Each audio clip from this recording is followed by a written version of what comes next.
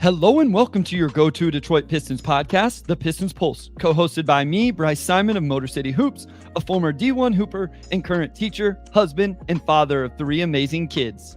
And I'm Omari Sankofa, the second Pistons beat writer for the Detroit Free Press. And of course, we're always blessed to be joined by our producer, Wes Davenport. And if you guys are not listening to him and Blake Silverman on the DBB YouTube channel, you should. That's the pin down over there. But today, guys, we're joined by our favorite guest. Let's just go ahead and say it. We love Laz. We love some of the other people we have. We love Sam. But Keith Smith is our favorite guest, Omari. Straight up, friend of the pod. I would like to consider Keith a friend outside of this world of content creation. I've got to know him very well. We work on some things together. Keith, what's Spot Track? If you guys aren't using that, you make sure you're over there. The Front Office Show, the Basketball Bulletin, following on Twitter, all of this stuff. Keith, how are we doing? I'm doing good, man. It's things are finally slowed down a little bit, right? It feels like the NBA offseason now just doesn't stop. Yeah. It seems like there's always now destined to be a handful of players that it's going to drag all summer long into it, but things have slowed down, which is a great time to get caught up on stuff and start prepping for next year because it's never that far away. All right, real quick. Hold on, Omari. I got it. Keith, you sent out 10 tweets this morning, and I don't know what half of them were saying. So what were you watching this morning? What was going on? What was I missing? Yeah, Leeds United. That's my soccer team that I support. They're in the second level of English soccer, and it's called the Championship. They went down last year. They lost in the playoff to get promoted back to the Premier League. Promotion and relegation is craziest thing that American sports fans that don't follow soccer don't really get and understand. But that's how it works. If you're one of the worst teams, you go down. If you're one of the better teams, you go up. They lost, and this year they're one of the favorites. They were playing a newly promoted team from the third division to the second division, and they tied, and they should have won. So it wasn't a great thing. But Brendan Aronson, an American who plays for Leeds, he scored the tying goal in stoppage time. So I was pretty excited about that. And he probably should have had a game winner a minute or two later, but he pulled it just wide. But that's what it was all about. It was all about Leeds. So if you see early morning tweets from me, especially on the weekends, it's always going to be soccer related. I only understand this a little bit because of Ted Lasso. Me and the wife got into Ted Lasso, and I got so. Sorry, Omari. I hijacked the beginning of the pod here. I feel like there is way more crossover in fandom between NBA and soccer than football and football, if that makes sense, right? I don't know. I know so many NBA people who follow soccer. I don't. I need to get into it. But where does that come from? What got you into soccer initially, Keith? Yeah, I played soccer growing up. My family was big into soccer. My sister was a Division I college soccer player growing up. So I was nowhere near as good as she was, but I played. I've always loved the game. And then during the pandemic, when it was I've watched everything else, I need sports. There's no sports to watch. I watched the Leeds documentary on Amazon Prime, which was a multi-season documentary about them trying to go up. Just brief background, Leeds was one of the powers in the top level for years. Then through a series of mismanagements, they went down. They spent almost 20 years, or it might have been 20 years, in the second level. So they did this incredible documentary on Amazon Prime about them trying to get back up to the Premier League. And I just fell in love with the players and the city and everything. So they kind of became my team that I'm rooting for. And now I'm fully locked in and watching second division, English soccer games on Saturday mornings and all that. But it's great. It works out really well with the NBA because when it gets started, there's no NBA going on. And then it's on in the mornings for the most part, or at worst, in the early afternoon. So it doesn't really overlap. And for me, I'll take sports on the TV over anything all day long. So it's just great on those weekend mornings when we're not off at a soccer game ourselves, which is more often than not, it feels like.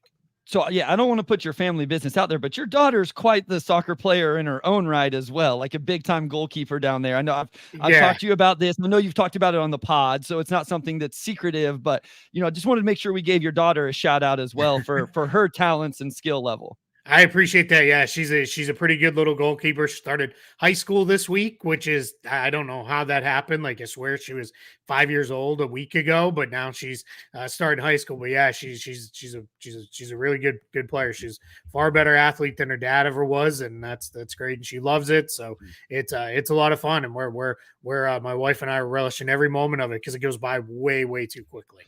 Okay, absolutely. Omari, are we going to get into the lawn care real quick? We are. Okay. Yeah, we are. So, Keith, like you and Bryce are like, from my vantage point, very similar. You both have wives, both have kids, and you are both homeowners. So I have to ask you this question as well.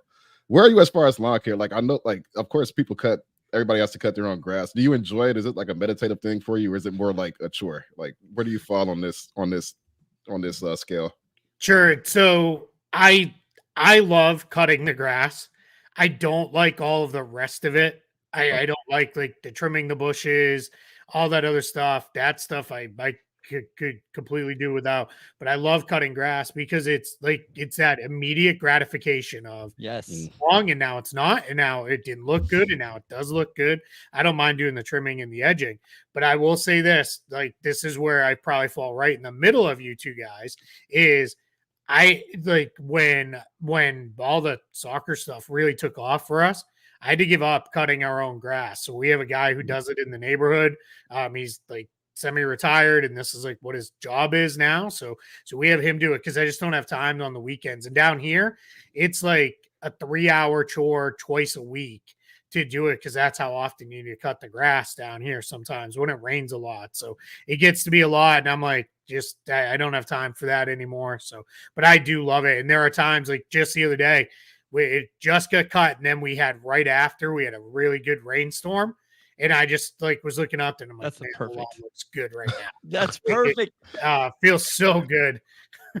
Yeah, listen, I don't understand how you don't get the satisfaction. All right, I have an important question for both of you. Have either of you ever shoveled snow? Yeah. I grew up in Massachusetts. That's a workout for me. Like, I don't love the snow. I like it because then it gives my kids something to do on a cold day instead of just being inside because it's cold. If there's snow, they'll go play in it. But I see the snow in the driveway or on the back patio, and that's like, in my mind, there's a workout. And to Keith's point, this is what it is. And I think this is my farming background, because whenever I drive a tractor and till a field, essentially, I love the satisfaction of, look at that weedy field out there, and then you get done and it's clean and looks nice. I hate when I can't finish it all in one day, or my dad comes and finishes. Like, no, I want to finish it. So it's the same thing with the snow. But where were you going with the snow removal? I was just going to say, Keith, I forgot the Boston side stuff. I'm going to ask that question, so forgive me, because I know core. You're the first person to ever forget that. Keith, have you ever shoveled snow? He's from Boston, the person who shovels snow. It's okay. I don't like outside showers. I'll just put it. Yeah, I don't like shoveling snow. Like that. Forget that, man. Yeah. I don't like the cold anymore. Period. Like, I've been living in either Florida, or we lived briefly for about 1.5 years in Southern California. That time, like, I've lived there now, those two places combined, almost actually longer than I lived in Massachusetts. And I'm like, I go home, and if it's past like the very beginning of October, I'm like, why do people do this? Like, why would you willingly choose to live where it is gray and cold and gross for, half the year or more? Like, trust me, I love home. I love everything about it. But man, those January days when I wake up and I have to call my parents, I'm like, yeah, it was a little warm today. It hit like 85, and they're like, it's 6 here. Like, what are you doing? Like, yeah, that's something. Okay, we got to talk Pistons today. We could have a blast just talking with Keith. This is why he's the best, and everybody said it. YouTube user, my favorite guest, Matthews from Brazil, the great Keith. I appreciate it. The joke there is, Keith, Omari didn't realize Brazil was straight south of America, essentially, and so the time zone confuses Omari a little bit. It's not fair to Omari. Omari doesn't even know what day it is. Omari doesn't know what day it is ever. Yeah, we have Mohammed from Italy. So yes, thank you guys all for tuning in. Hit the like button, the subscribe button, rate, review, all of that stuff. We are back over on Twitter now. The Free Press account has Twitter Blue or whatever it's called. So we can stream live over there if you're watching on Facebook. Thank you for that. Let's talk Pistons. Keith, I want to start here. We got a lot of different things we can discuss. Let's start with the draft. You were super into the draft this year. You were crushing it. You and I have already talked about the 2025 draft. We've, been comparing, hey, how many guys do we have and all of that. What did you think about Ron Holland in general? What did you think about Ron Holland to the Pistons?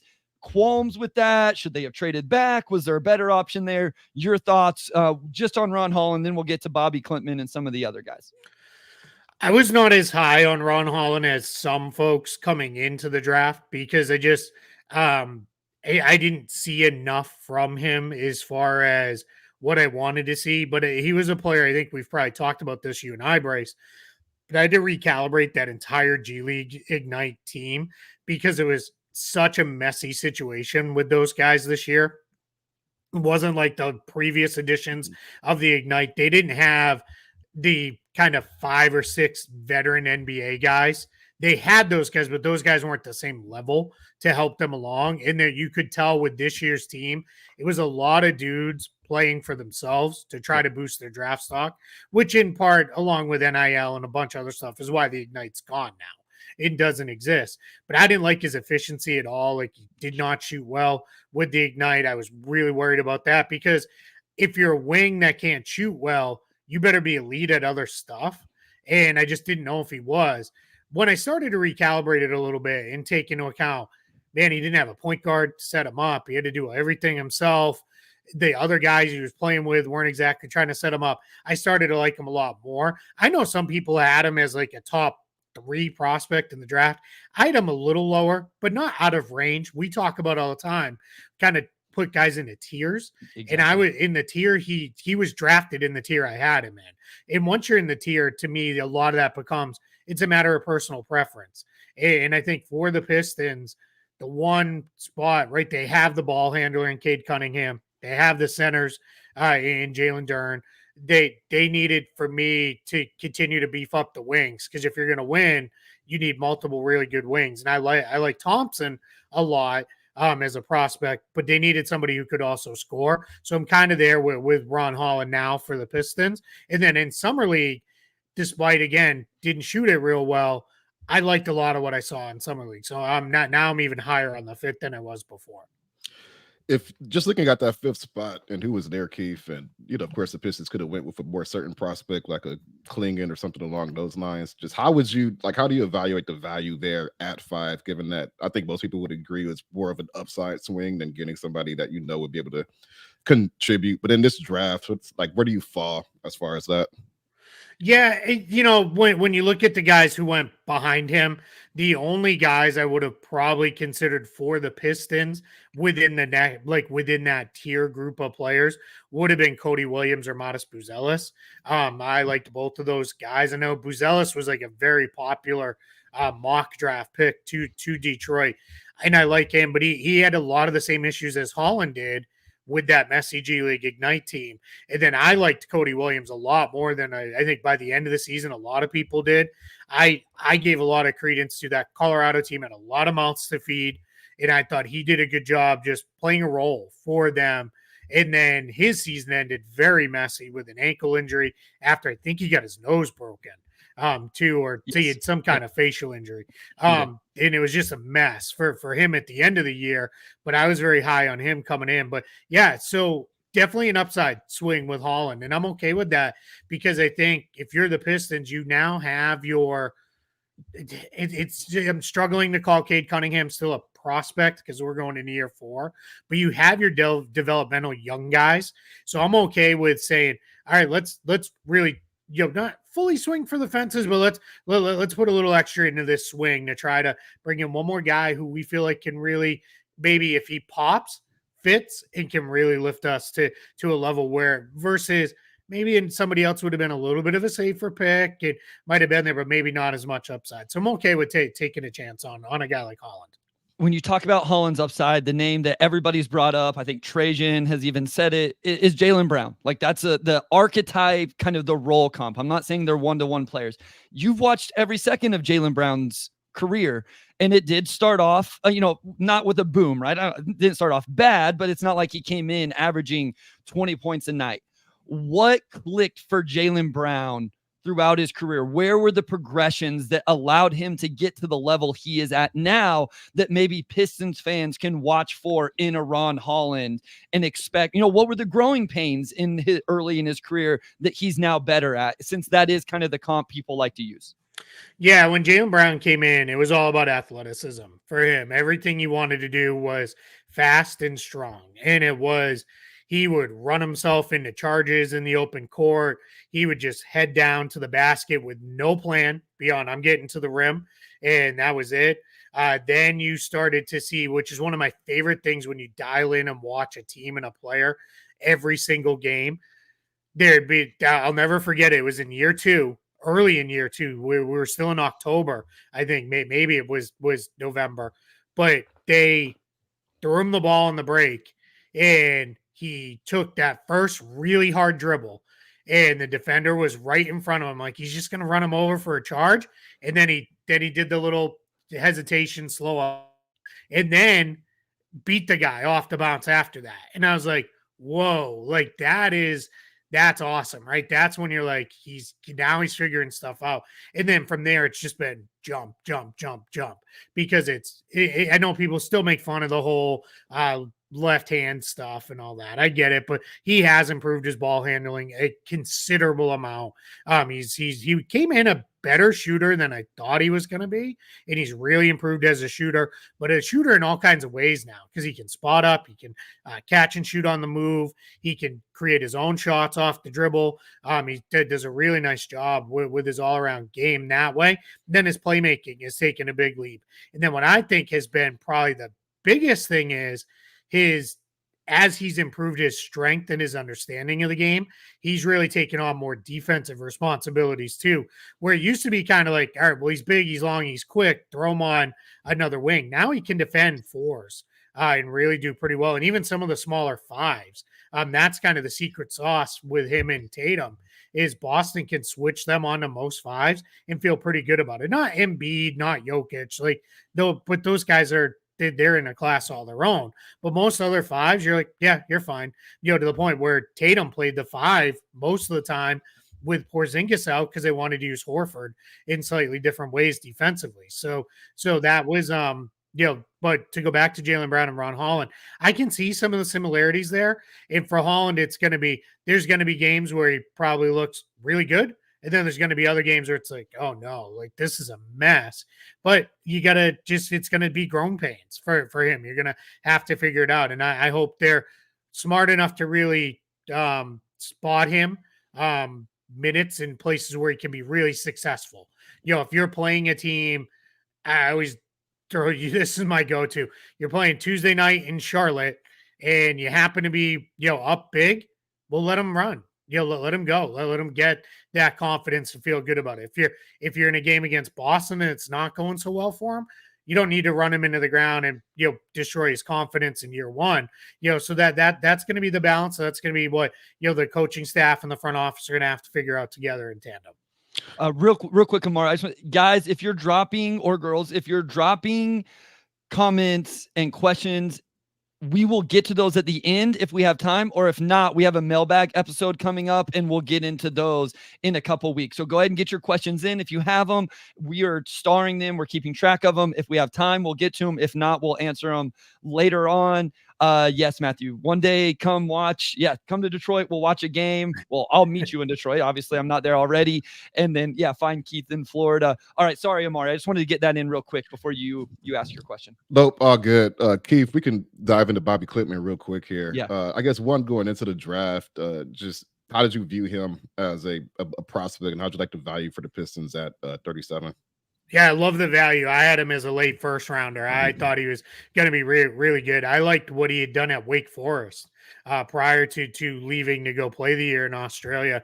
Bryce knows prior to this past year, I don't watch a lot of college basketball because I don't have time. Omari, when you're in the NBA, grind, you're like, that's it. You just don't have time to spend a lot of time. But this year I really made time and effort.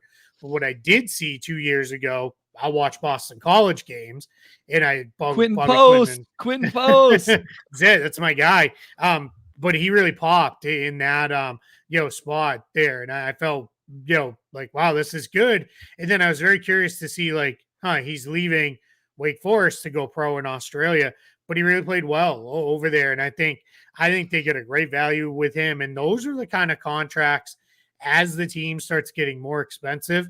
Those are the kind of winning contracts you have to have. If he can come in and give them 15 to 20 minutes a night off the bench, eventually, I'm not saying this year, but eventually, for a couple $1,000,000, that's great. Now eventually he'll price out of that and he'll become more expensive. But for the interim time, as the team starts to grow and starts to improve, and you already see it, right? They extended Cade Cunningham. Next up, you'll have Duren and then maybe Ivy, and we'll see where all that goes. You got to have guys like Klintman on those really team-friendly deals if they can play. If they can't play, it's whatever, because it's basically a minimum. But yeah, I'm pretty high on him.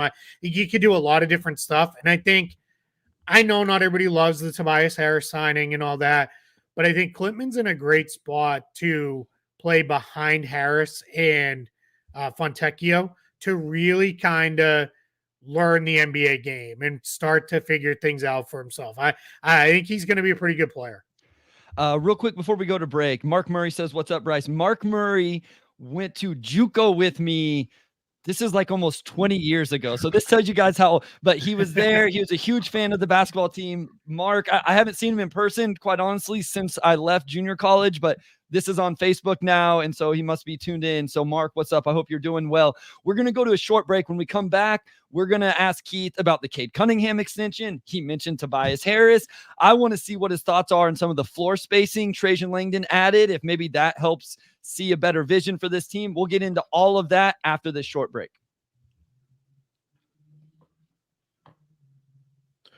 All right, Keith, we're going to get into segment 2. Obviously, the Pistons were probably one of the busier teams this offseason, but we'll lead off with Cade Cunningham's extension, which, I think coming into the summer, a lot of people expected we get done eventually, even with the front office change. But, just looking at the value of that contract, looking at what he did last season and where he could go, how do you like the value, and what do you expect from Cade from this point on?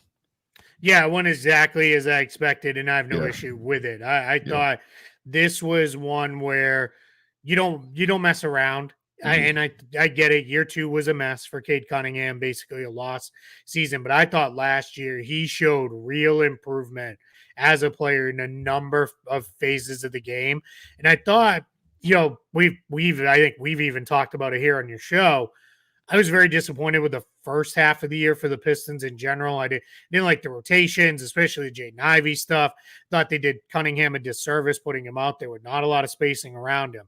I thought in the second half of the year, when things kind of normalized for them a lot more, I thought you really saw, all right, this is what this guy can be with the right kind of floor spacing around him.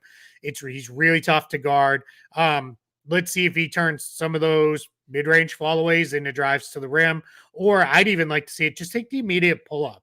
I don't want anybody to go crazy and get angry at me with this, but I think what he can really be is like a amped-up version of Evan Turner. That's who he reminds me of a lot, with the size, the playmaking ability in the spot, kind of gets to his spots with ease. Right now, it's just he settles a little bit for me, where it is, let me try to make a move. I didn't get by him. All right, I'm going to take this fall away here, where either get to your spot and just take the jump shot or get downhill on guys. When I had a chance to see a little bit of the highlight stuff we've seen from the USA stuff, he looked a little bigger and stronger, which is good. So that'll be good too. So yeah, I'm excited for him. I can't wait to see, what he comes in looking like this year. And I think that contract is one where you really, you almost have to do that, because otherwise what are your options, right? Hey, play out the year and then we'll see. Yeah. All you're going to do is make him mad, right? Right. So like, what's the point of that? Like, if you end up in the same place, all you do is anger him for a year. And it's not like we got to motivate this guy to be good to put a chip on his shoulder. Like we've seen that go wrong. So I think they did a good job with that. And also the cap sheet can obviously afford it. They don't have any long-term money locked in beyond his contract. So they're fine. Fine contract, fine value. And I think he'll return the value on that, tenfold. Yeah, I think no matter what, like Cade is the guy right now in the organization. You had to give him the money. Like you said, you don't want to make him mad. And I guess 2 years from now, if you feel like you have to trade him, like they need to go in another direction, I feel like that contract's not bad to go to another team and be the second player on that team if necessary. I don't foresee that playing out, but I don't think it's detrimental at all. Let's talk about the guys they brought in. So let's start with Tobias Harris. You mentioned that. I think that's the one that gets the most discussion because of the contract, because of Tobias's, I don't know, quote unquote shortcomings, at least in this last year's playoffs. One thing I like to highlight with Tobias is he's played 70 plus games the last 5 years. He plays 30 plus minutes a game. He plays the position that the Detroit Pistons don't really have, like the archetype of a real four-man. I think this is fine, right? Is it an overpay? Sure, maybe. Who were they bidding against? I get it. I understand all of that. Maybe you can shed a little more light on that.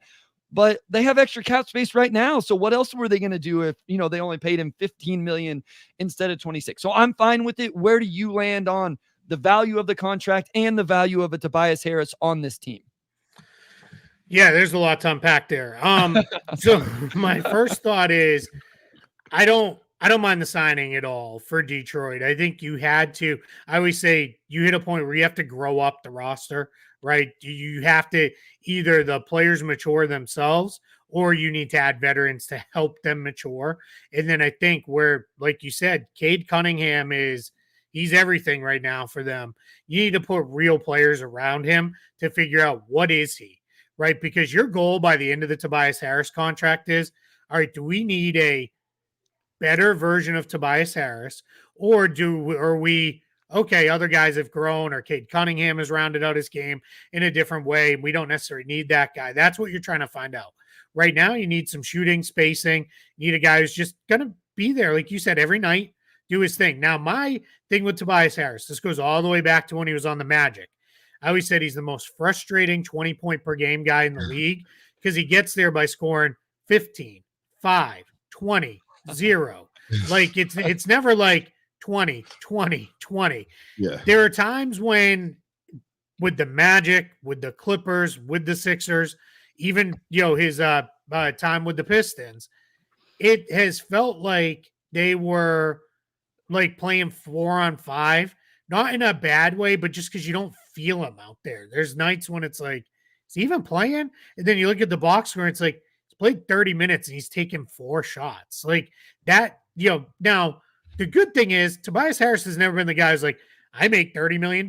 I need 20 shots a night. Like he's never kind of bullied his way into that. But I think for this team where they're trying to go, what they're trying to be, how they're trying to improve, I think this makes a lot of sense for them just from the standpoint of he really feels the need. You needed to get more of a true 2024 4 on the core with those guys, and that's what Harris is. And he's just going to help the spacing and all the other stuff around Cunningham and Thompson and Ivy, the younger guys that you're trying to grow into more of an on-ball playmaker type roles. He's going to really help with that. And I think that's the important thing. Yeah, who are they bidding against? That's a fair question. Like, who else was out there saying, hey, you want $25 million a year? I don't know. But to that point, too, like you mentioned, you're still sitting on $10 million in cap space. So what difference does it make? Like that's, my thing is at that point, it's not, what else were you gonna do? Like what else was there? Like what does anybody see right now or think by the time we get to the trade deadline, they missed out on? And the important thing I'll note for everybody too, you can no longer sit on like $30-40 million of cap space into the season because you have to hit the salary floor by the start of the year. Otherwise, what happens is the NBA puts a cap hold on your books to bring you to the floor. So there's no those days of, hey, we're raise your hand, we'll take every bad contract you have at the trade deadline. Those are pretty much gone for the most part. There'll still be salary dumps, don't get me wrong, but not where it is just, hey, send us a first round pick and a $35 million deal and we're good. Like you can't do that anymore. So I have no real issue that much from them spending on Harris. It was fine to me. It's only 2 years too, so that part's fine. It's not. You could quibble a little why is there not team control on that second year, but if realistically, what do we expect the Pistons to be at the end of this year? that you needed team control to get off Tobias Harris to go chase free agents or whatever next year. So that's a long way of saying I'm okay with it. Doesn't that 26 million? I mean, if they really got into play for a big time player, it could come in handy. No, Sure. like that money could. And here was the other thing, you talking about Tobias kind of quote unquote disappearing at times.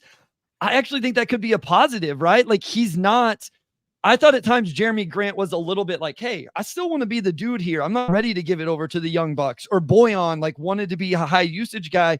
What if Jaden Ivey's ready to cook on the Tuesday night in Charlotte? You don't want Tobias taking that usage from J.I. or Asar or, you mentioned Ron Holland. So it's in some ways, Omari, I think that could be a positive that Tobias. I know we have other free agents we need to talk about as well, but I thought that was interesting that what could be looked at as a negative for Tobias for a lot of teams may end up being somewhat of a positive for this specific Pistons team.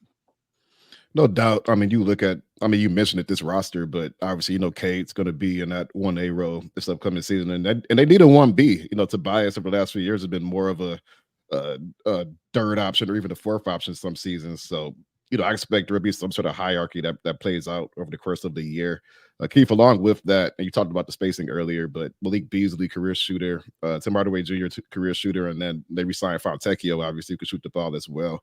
Spacing-wise, how much more confident do you feel about this team, maybe compared to last year, where, you had Bogey, you had Burks, not like you had no shooting, but just that they'll be able to at least adequately space the floor whenever they have Cade out there? Yeah, and I'm glad you mentioned the guys from last year. Yeah. Those guys to me are more Bogdanovich and Burks are more on-ball shooters, meaning they're going to create their own looks. Yeah. Beasley, Fontecchio, Hardaway, they play off guys. Hardaway spending the time with Luka. It's going to take time to get that chemistry with Cade. But when Hardaway was going good, there were times when it's almost like in football where the quarterback throws a pass to a spot and then you're like, what? And then all of a sudden, the receiver is there. Like, I didn't know he was going to make that read. Hardaway had that chemistry. He knows how to use his kind of spots on the floor and how to get to them and then just show up there and the ball arrives on time. And I think Cade has that passing gene where it is he'll see the pass and throw it before he'll pass the guy open, if you will. So I think that's going to be important. Then Beasley's been consistently one of the better shooters period in the league, and he can get his own off the dribble too, but he's also really good spotting up, and Fontecchio is terrific in that standpoint as well. So I'm kind of excited about the different kind of spacing that they have, and then along with Harris, who's been a pretty good shooter, or at least he's somebody you have to guard. Like that helps balance out. So I thought the Beasley addition really solid. I mean, that's if he super pops and looks really good, it's going to be hard to retain him. But everybody you go into those kind of knowing that, right? That's probably one year kind of thing. You hope you can really get Hardaway in a spot where it's like, all right, at the end of the year, we're feeling pretty good about this, and we can, look at this a little differently because his bird right should be enough to re-sign him if you need him. Where Beasley, we'll see, where that one goes. And then Fontecchio, I mean, that's a terrific contract for them. If anything, I wish they would have, got a third or a fourth year out of that one instead of just the two. But it's kind of is what it is. And he is a little bit of an older player having come over to the NBA deeper into his career. But yeah, I thought those three additions were kind of no risk, or not. Fontecchio is not exactly an addition, but those signings were like no risk, I say no cost because I'm not the one writing the check, but no cost because you got to spend money anyway. Yeah. So I thought those were all pretty good. The Hardaway one, I would have liked to maybe keep Grimes. I'd say, what was your thought on that process in general? The one caveat, Keith, is Troy traded for Quentin Grimes. Trajan didn't trade for Quentin Grimes. Sure. And so, I wonder if there was some, maybe Trajan didn't value it. The injury, was Quentin happy in Detroit? Those type of things that we may not know the full story. But in general, what were your thoughts on just that process of that move? Yeah, and I always own this too, especially when the players had injuries. Nobody knows it better than where the team is on what does that look like. And if their read on it is, and Omari, maybe better being around the team every day. But if their read is this knee's always going to be a problem and we don't want to be the team to give him his next contract because of that, I have no issue with that then, because that's where it becomes money not well spent. If you spend money on a guy who's never going to be on the floor or he's going to miss a lot of time, unless you're talking like Kawhi, right? Because it's like when Kawhi plays, he's incredible, and clearly Grimes isn't there. But just basketball wise, I thought he fit. I thought he played a real, like, could have played a real role for that team because of, I think he's, 3-and-D's hard because he's not a great defender, but he's a pretty good defender in my mind. And I think he could have grown into a 3-and-D role. Whereas like Thompson, who I think they would have been competing for minutes. Thompson, who knows if the 3 part ever comes. The D, we're already there. That's fine. But if the 3 will ever come, and that may have also been part of it too, I think, with the Pistons is, hey, we already have, we're re-signing these other guys. We're going to bring in some vets. We're not going to have enough time to give Grimes minutes and Thompson minutes.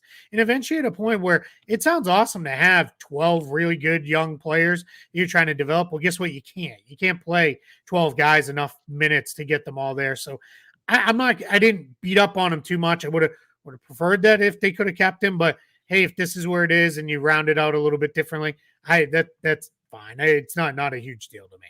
PD Max says, I really feel like Keith Smith is low-key a Pistons fan. He doesn't disrespect the team even when they are horrible. Keith and I have talked about this. Like, we have, we try to keep things a little more positive. That's the way we do things. You don't always have to be hot takey and all that. You just provide real quality content. And, it's obviously worked for Keith. He's the biggest name in the game right now. Yeah. Hey, you're crushing it. I tell you this all the time. Like, it's an honor. Truthfully, like I get to text Keith Smith anytime I want. Like, I will text Keith and he responds to me. Like, I know I'm like name dropping and like flexing here a little bit. I think that's insane to me, truly, Keith. Because like when I started out in this, it was like, oh my gosh, this is awesome.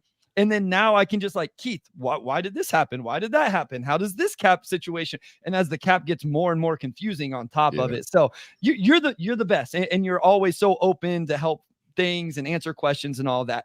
I'm gonna clip that and send it to my mom because she'll love that. I mean, there you go. I thought she was my biggest fan, but I don't know. She has competition. Yeah, I definitely show my my daughter, but she'd be like, whatever, I don't care. So Ethan asked, we talked about this last time. Who do you think benefits from the spacing most? And so we automatically talk about Cade Cunningham, right? Like that is, but somebody brought up to me, is it actually Jaden Ivey? Does J.I. actually benefit more from being able to get downhill in the space there? So, or is it Asar Thompson who now has more space? Or like, what do you think who benefits the most from this spacing that the Pistons have added this offseason? Yeah, I think Cade is the easy person to talk about with this, but Cade's already good enough to kind of create his own space or to work in traffic and be okay. Thompson and Ivey as developing on-ball guys, they still need a little bit of that help. Like Ivey, I think one of the things that's really going to help him is if you can't dig in hard off the wing or the corner when he drives, that's just going to open things up for him, whether it is find the pass, because he's not the biggest guy in the world. So he does struggle if a bigger defender comes in. Sometimes you see he's making the right read. He just can't get the ball there.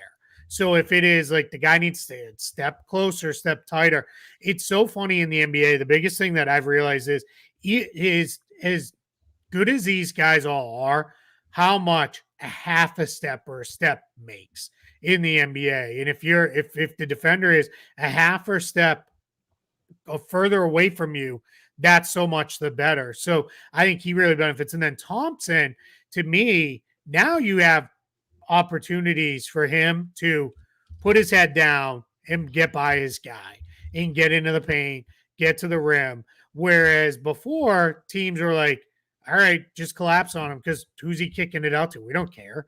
Like, I guess probably not going to make it anyway. It doesn't matter. So that's where I think that's going to be really helpful for those guys. It clearly helps Cade Cunningham, and I don't want to discount it, but he's pretty good at getting to his spots anyway. It will help him for sure, but I think it's more what helps Cunningham is it's not the spacing. It's the fact that guys will make shots, because what I saw out of him last year was when he would get frustrated and he would settle for those bad shots is he could have kicked it out, but it's been 5 clanged jump shots off the rim in a row. then it becomes, all right, we got to score. I'm going to take the shot myself. I'm going to do it myself. And that's where I think for, him, it becomes now it's just that trust of if I make the right read, there will be positive results. And that's huge. That's so underrated in just getting guys to play the right way because they have trust and faith in their teammates to deliver, especially for young players. You can't overstate that. Yeah, I agree. And the other thing we've talked about, Omari, is just the rotations now. You can put a Sar on the floor with a Jaden Ivey because you can put 3 other floor spacers with them. You don't have so many non-shooters, especially when your young guys are the non-shooters. At least there's other guys to space the floor. We're going to go a short break. When we come back, I think Omari wants to ask about Paul Reed. That'll kind of finish off the offseason. We can get into some questions, maybe some JB, the offseason as a whole, and all of that. All right, we're back with segment 3.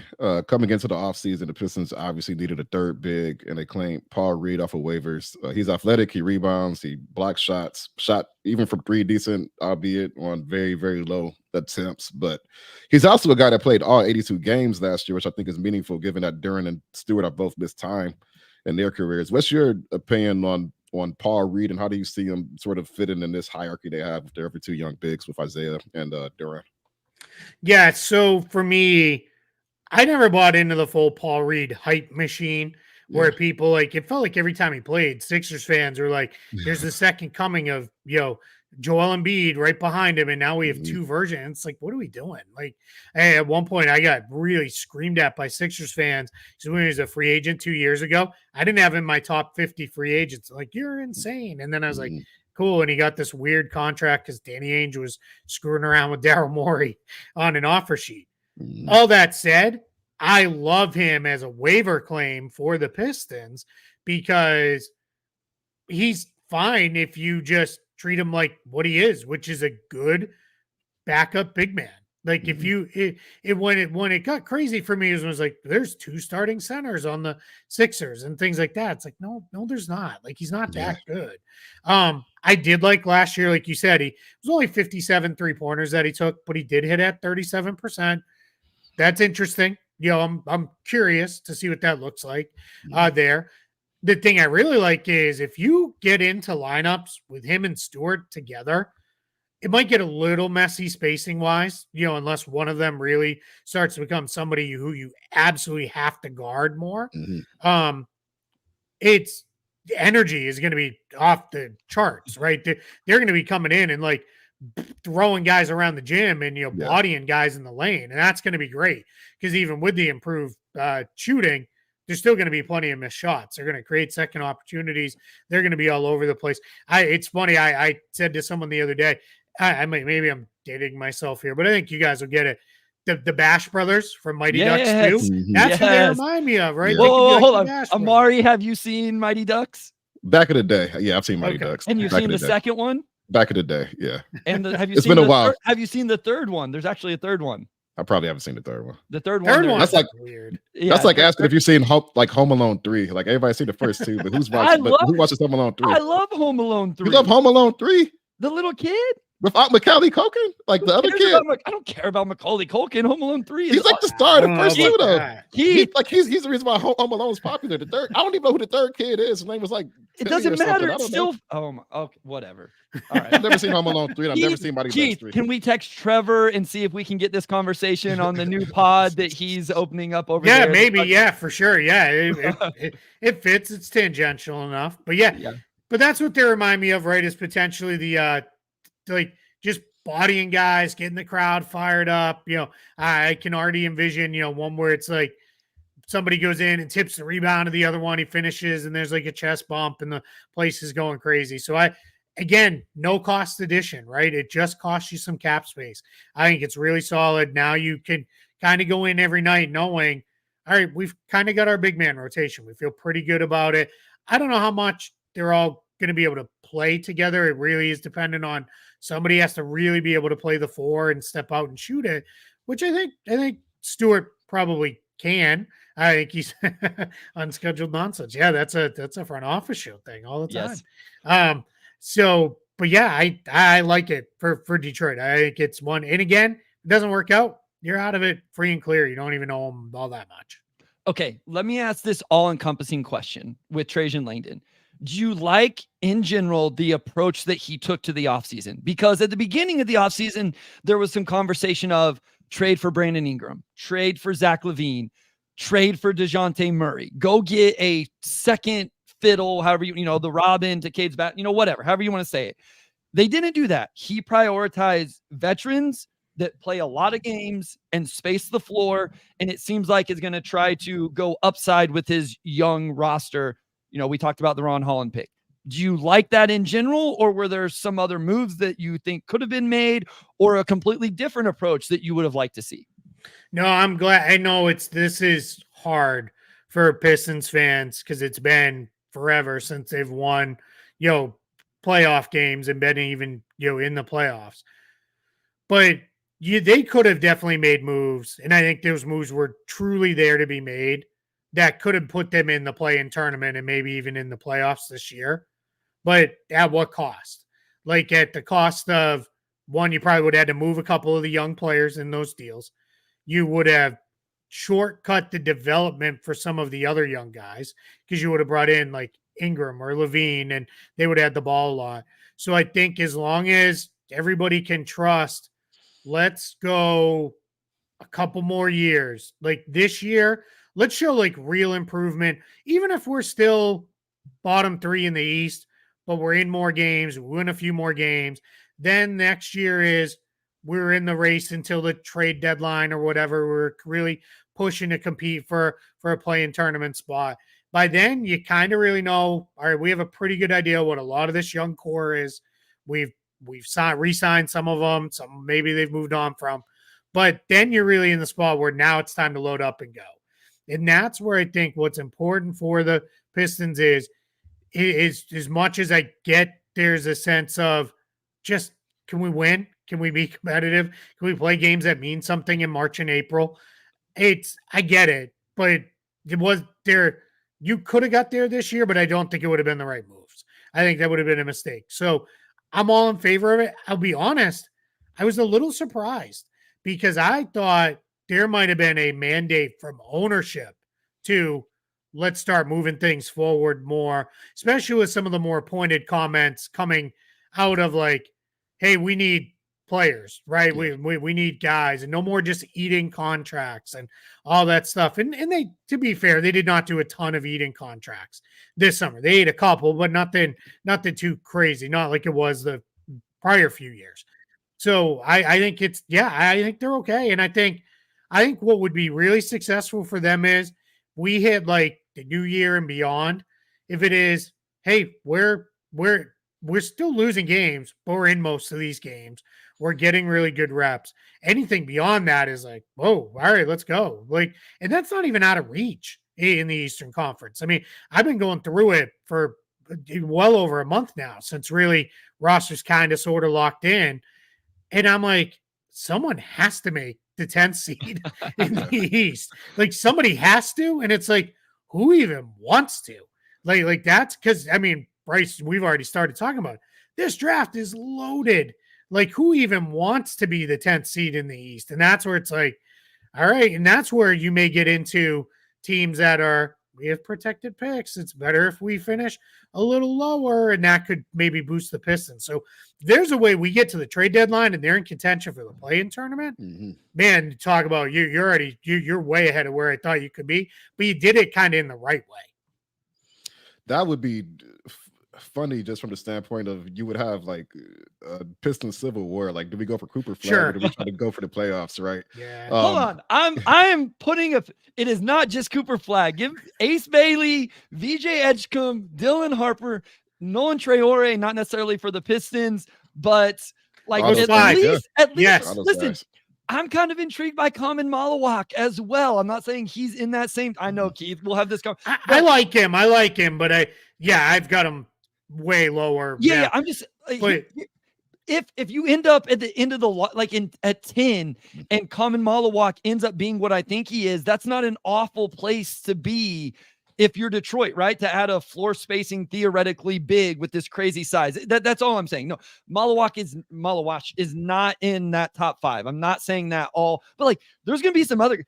Have you watched any of the FIBA U18s? This Ben Serif kid from Israel is insane. He is so good. There's a kid, Kasparis, that's going to Illinois. Like it's just, sorry, I got off on a tangent here. Cooper is amazing. VJ Edgecombe, like these dudes can hoop. Ace Bailey. They all have great names too. And I've said this before, but I'm a big believer in like the name, like Cooper Flag, Ace Bailey, VJ Edgecombe. Like these don't sound like real, like these all sound like stars. Like this is like I'll put that up like LeBron and Carmelo. To that point, man, I said when we were decided we were going to start a family, I was like, if we have a boy, I wanted to name him Max, because Max Smith is like the starting quarterback at USC. Like, I don't care, like 100%. Max Smith is like, that kid's going to be successful in whatever he goes on to do in life. So I'm with you, man. Yeah, give me a good name. Plus, you have like Dylan Harper is Ron Harper's kid, right? Like, so you've got like lineage stuff there. Yeah, I've talked to many scouts that have said the top 5 guys. So Flag, Bailey, Harper, Edgecombe, and Traore. Whatever order you have them, that's fine right now. Those 5 guys, I've talked to many NBA scouts and front office folks who said that all 5 of them would have been the number 1 pick in this year's draft.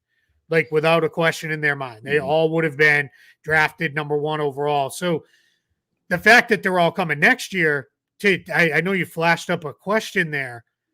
I would rather be like, this sounds tough. I'd rather win the 13 games and be guaranteed one of the better players, whether it's Cooper Flag or any one of the other 4. Like, I'm fine with that than just 34 games and missing out on the playoffs is like, well, what did we do this for?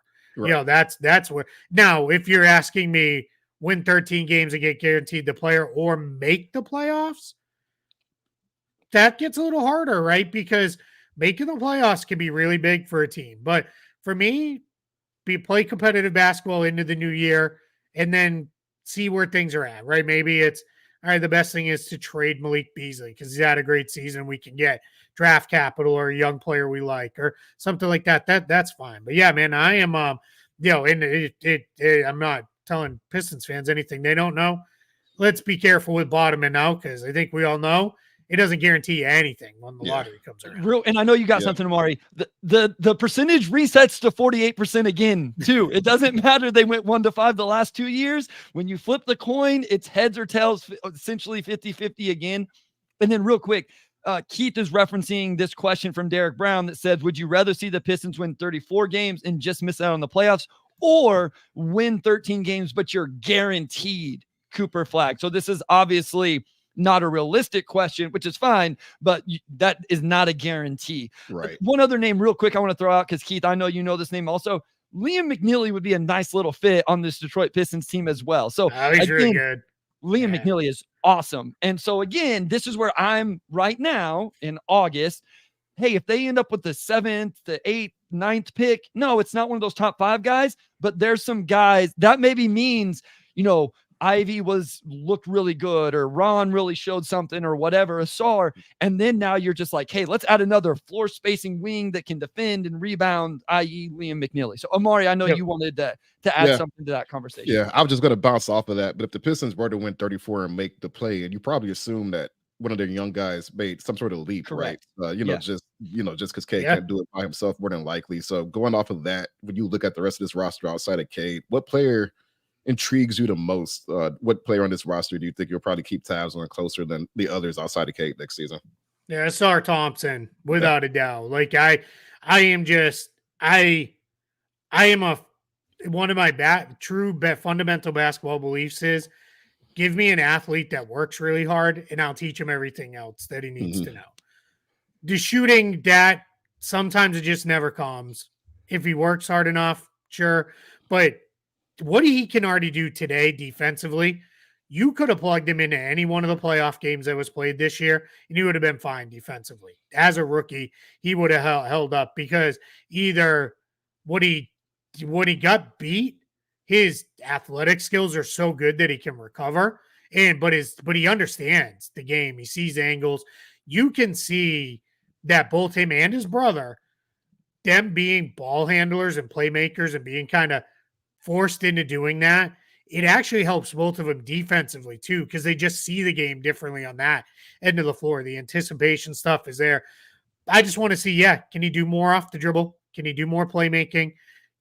Is the shot improved? Right. And sometimes it kills me that there's this sense of like, right, because whatever we say, lock him in the gym and make him take 10,000 jump shots a day. Sometimes that works. You know what? Sometimes it doesn't.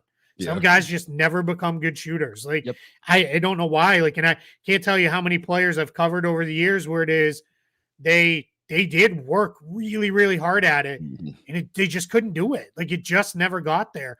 That's a misconception for fans too. They're like, why don't they work on this harder? I'm like, you guys work on this stuff every single day. I thought about this morning. Like, I'm gonna use you two. Yeah. You two right now. Let's say you were the same level of shooters. I actually think Keith's probably a better floor spacer than you, Omari, just straight up. But no, I don't know. But we could put I'll give it to Keith. We could put you. But that's all I can do. Okay. We put you two in the gym. Yeah. Omari's more into the breakdancing, apparently, like that, and canoe. What was it? Kayaking, canoeing, canoe slalom. Like the cross, like where it's like the two going against each other. Yeah. Oh my God, that was awesome. Omari's into all of. I talked about your tweets. Omari's been tweeting out like every day something from the Olympics. I'm like, it's funny because I watch all of it, right? Like I watch all the basketball, I watch all the track, I watch all the gymnastics. I never tweet about those things, but then I see breakdancing or canoe slalom, and I'm just like, this is a whole new thing. Like, it's funny because Omari's like, oh, she's gonna win. She's got the do-rag on, just like me. Like apparently she was wearing the same do-rag. This chick had a do-rag. Like it was just, she was from Lithuania or something. Like it was just this whole combination I'd never seen before. Like I was flabbergasted. Like it was crazy. My point was we could put you guys in the gym, and for whatever reason, genetics or an ability to learn, the mental, emotional, whatever, you guys, we could do the exact same training and you wouldn't progress at the same rate. And I think that, as you said, Omari, that's a huge misconception with some of this stuff. Some people just don't have it. Like that's just how it goes. Yeah. Now, my belief, and this is something I've now grown deeper. I've been for years. I have believed if you're a non-shooter at point guard, you better literally be elite at everything else, or your cap is a backup. Like you're never going to be better than that. If you are, but now I've pushed that to that's out to wings now too. You better be elite at other stuff. And I think Thompson is. I think we're already really close. Maybe by the end of this year, but by the end of his third season, I think we're going to be talking about him as an elite defender. Because I can see it. It's already there. Like all those tools are there. Then it's going to be, all right, are you an elite defender who can finish on the break and get out and run? But we have to kind of play like a 5 almost on offense because we're doing some stuff. But then that's when you get really creative, right? If you can get a floor spacer at the 5, well, play him at the nail, run stuff through him that way where he can use his passing ability. You could do a lot of different stuff. And that's so. I don't know, we took a journey to get here, but he's easily the player I am most excited to monitor this season on this team. Well, more so than even Holland or any of the other guys, just because I can't wait to see what he becomes. No, that's why I love having you on, Keith, because when you repeat guests, you get into just like you can flow and the conversation is so much better. So, Omari, I know you have another question for Keith. I got one from the comments I want to ask, and then we'll get everybody out of here. Yeah, for sure. So looking at Ivy and Duren, like long term, which guy needs to click? Like long term, what's more important to click? Is it Ivy becoming that guy who can run the offense with Cade sitting and maybe develops into a good defender, a good shooter, could just kind of play off of Cade, or is it Duren with the rim protection and the passing and everything else? Which guy needs to make that leap? More importantly, for the Pistons to get to that level. Yeah, that's a great question. I'm say this is great radio podcasting. Me sitting here stumbling and thinking about it. In my head, I want to say Ivy, just because I think on-ball players are more important than not on-ball players. But I think you already have the guy in Cade Cunningham. Mm-hmm. So I'm gonna go with Duren. And it's funny because I said this at one point where I said I thought he showed real strides defensively last year, and I got murdered by Pistons fans on Twitter that were like, "What in the world did you see?" Real strides was like he went from awful to, all right, he's just bad now. And those are real strides. Like, it takes steps. And in young bigs, either they come in and they're so instinctual that they're doing everything off instinct day one and it looks great, or it just takes them a while to figure it out and learn how to play.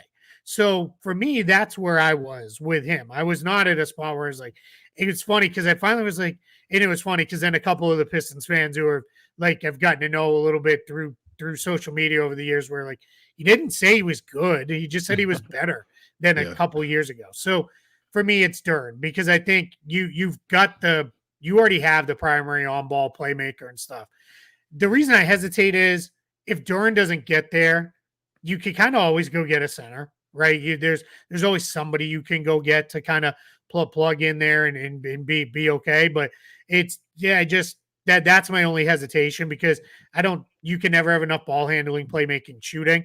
So that's where I do think Ivy's important. So I would say it's both, but if I'm going to have to pick one, I'm going to pick Dern. I think it does speak to just the lack of rim protection and kind of defense overall currently on this roster. So I want to get out with one final question real quick. Chuck asks, YouTube never sends notices for your streams. Thanks for sending a notice out on Twitter. I will talk to Robin about why that's not happening on YouTube. Ethan, you asked a question about the Pistons offense. We're going to save that for our mailbag episode whenever that comes up in the next few weeks. So we'll finish off with this from Matthew Harrison. Keith, how's your back? I know you hurt that the other day a little bit, tweaked it a little bit the other day. Or are you off the injury report? Yeah, for the most part, I'm about where I need to be. I'm doing much better. Yeah, we didn't get the hurricane. Thankfully did not hit us, but it really brought through it was a pretty big storm, and it brought through some really crazy weather for us Sunday into Monday, and I was just out picking stuff up, and it's like I need these constant reminders. You're not 25 anymore, like it's the universe's way of saying, like, settle down here, like you cut that branch in half instead of key-manning it over the curb yourself, tough guy. So that was all it was. And I just tweaked it. It wasn't like I was like lifting a 300-pound log or anything. It was just you bend, and when you get old, man, it sucks. You bend and twist the wrong way, and next thing you know, you're on the couch for a few days. But if I had to spend a few days on the couch when there's the Olympics on, it's not the end of the world. Yeah, it's been awesome having all of the sporting events to watch, to turn on every day during this time of the year. Now we're right into football. I don't know if the Lions have played a preseason game yet. They played Thursday. Okay, and then the Chiefs play their first preseason game tonight. So we're getting right into NFL season, and then NBA will be here before we know it. Keith, thank you so much. We will definitely have you back on before the season. Maybe we can talk about what the Pistons could do with the cap space, the roster spot, if it's still available, and where this team is looking at, moving forward. But that's all for today. Again, if you watch live, please subscribe, leave a rating, review, all of those things, whether you're on Facebook or Twitter, YouTube, Apple, Spotify, wherever you listen to podcasts. Keith, before we get out of here, thank you so much. And let everybody know, because I know I kind of gave Keith some love earlier, but truly, if you want to get to know the game, or you want understanding of the cap space and contracts, Keith is the guy, and Spot Track is the place. So please push all that stuff out so all of our listeners know where to go. Yeah, you can find most of my written work over on spottrack.com. I'm in the middle. We took this week off because I had stuff going on, and then our other guy, he had stuff going on. Good time in the summer to get some downtime in.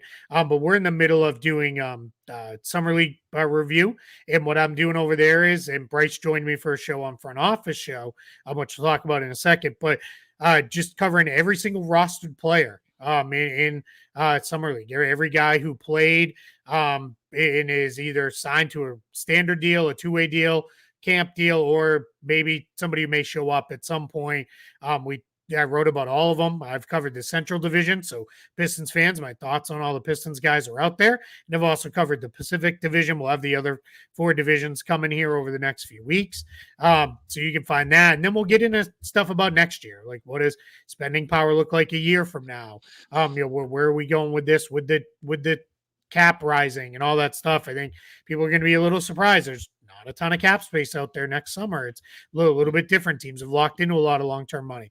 And then if you like the news, notes, rumors, trades, transactions, all that stuff, NBA Front Office Show, Bryce mentioned a couple times. Trevor Lane and I do that. We're in our summertime, so we're like 3 or 4 episodes a week. Every Friday is a live show. We call it Front Office Friday. We have a lot of fun.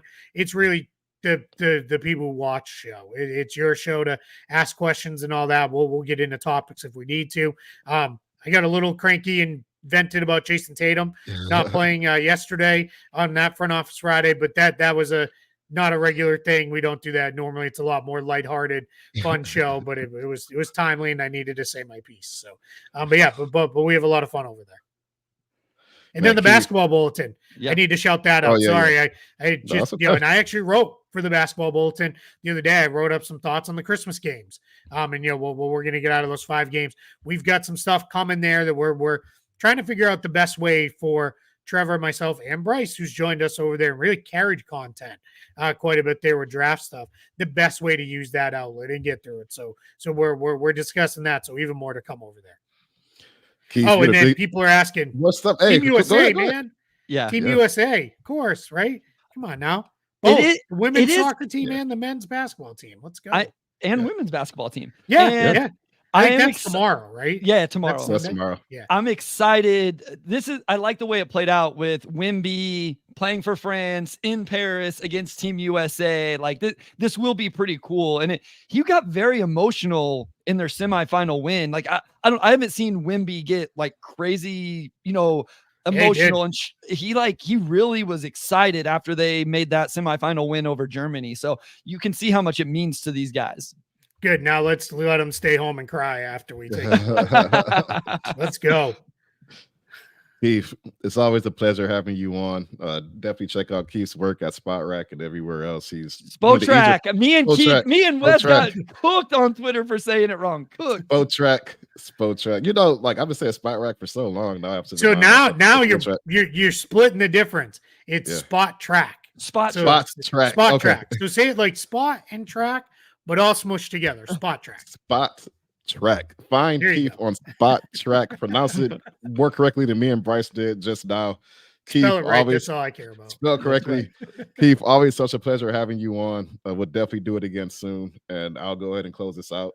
So big thanks to our audio producer, Robert Chan. Big thanks to our editor-in-chief, Nicole Avery Nichols. And shout out to Wes Davenport, as always. And we'll talk to you all next week.